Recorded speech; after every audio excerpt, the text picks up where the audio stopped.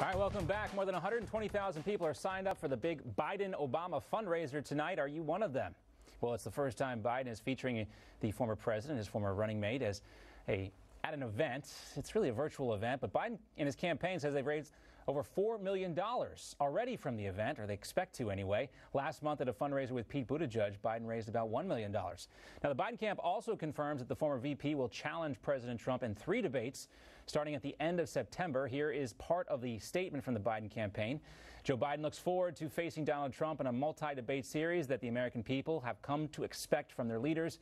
We hope that President Trump would not break that tradition or make excuses for a refusal to participate. Now, Biden hauled in more fundraising dollars than Trump for the first time in a long while. Here are the totals for the month of May. You can see Biden edging out Trump by $6 million. However, Biden still trails the Trump campaign in cash by about $140 million, and that's a lot of cash. Let's welcome in political analyst Mark Halperin to talk more about this. Also with us, former Obama advisor and Democratic strategist Laurie Watkins to talk more about this as well. All right, let's talk about the Biden campaign, guys, a little bit. And according to Maggie Haberman from the New York Times, Biden is a flawed candidate running a flawed campaign. Here she is.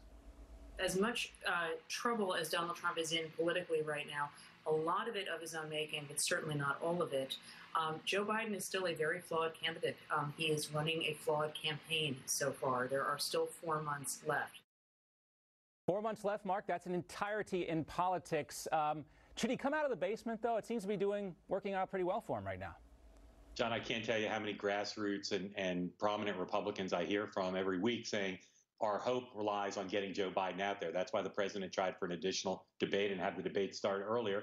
There's a pretty strong belief amongst a lot of Republicans that Joe Biden, who's running for president for the 3rd time and his 2 previous runs was not a great candidate, will do himself in if he's out there.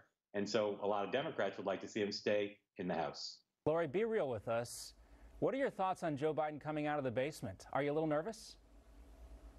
I think the other message that Joe Biden is trying to send about staying where he is being safe. We have a pandemic going on. He's not going to host rallies with thousands of people, making it unsafe for people to be out there in close quarters with people that aren't wearing masks. He's trying to keep people safe, and I think he's sending the message by doing that from his home base. Yeah, it's hard to get a gauge right now on how people actually feel about their level of comfort. I know it varies in a lot of different places depending on what the news reports say, but this is one of those metrics that doesn't necessarily fall in line with our traditional Democratic Republican type politics. So it's interesting to see, which brings us to the next topic of discussion. Let's talk about a couple of recent polls. Mark, I like to call this segment Polls That Matter and Polls That Don't. And you wanted to talk, too, about this particular poll, one from CNBC, that shows Biden now beating Trump in Arizona. Why is this poll so important, and why should more folks be focused on it?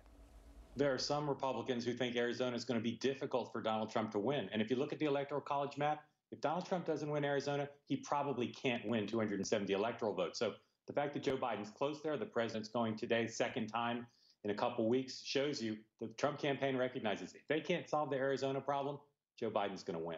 Now, on the other hand, a poll you think is maybe getting too much attention right now is a Fox News poll. It shows that 44% of registered voters approve of Trump, 55% disapprove.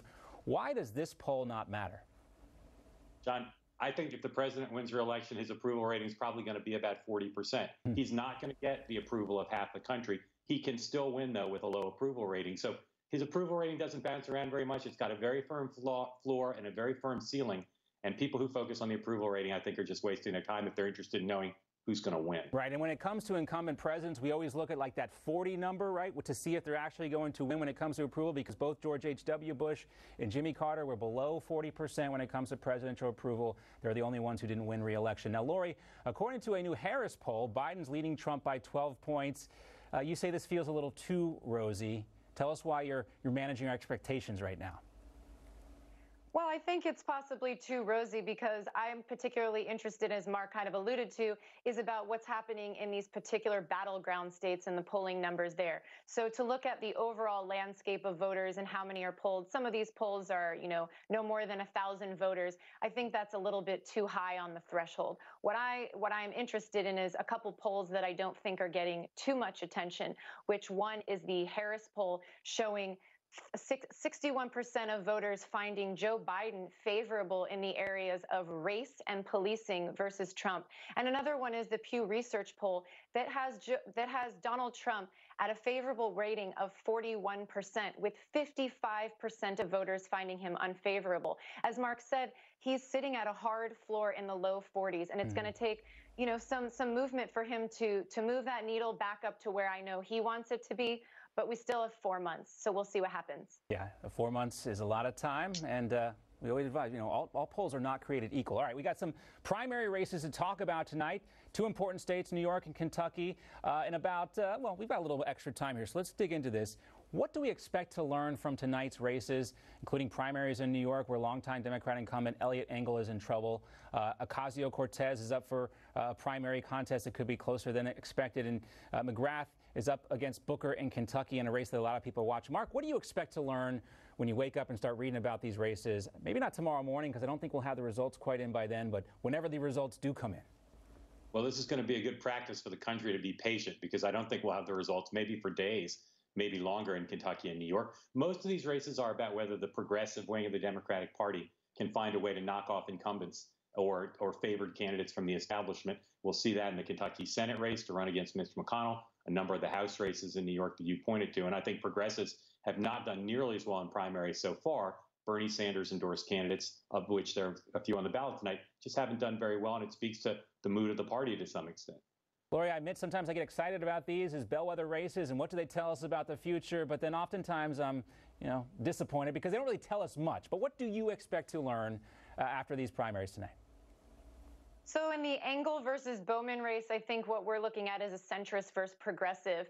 And people, I do believe people think this could be a Crowley, similar to a Crowley AOC matchup. But what I see here is Engel, he saw the fall of Crowley. He's been expecting that this could happen, and he's prepared himself.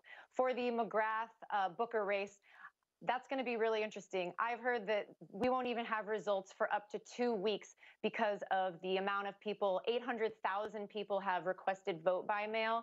And then you had 3,700 precincts and only 200 are going to be open in the state. Booker, he comes from Louisville. Do you know that Louisville, half of the black voters in the state reside in Louisville? So they only are going to have 1 polling precinct open out of 200. So that will be interesting. But what we're seeing there is we're going to see motivation versus dynamics, and motivation from voters. Primaries are usually where passionate voters come out to play, and we're going to see that. We're going to see that tonight, but we might not see the results for up to 2 weeks, especially coming out of Kentucky. Okay, well, I was going to pencil you guys in for next week for a follow-up, but we'll go ahead and put it in for 2 weeks from now too, just in case. But you know, all kidding aside, there are going to be a lot fewer polling locations open in Kentucky, so we can expect to hear some complaints too about long lines for waiting. But it's 2020, unprecedented territory. Mark, Laurie, great to see you both. Thanks so much. Thanks, John. All right, we're also going to talk more about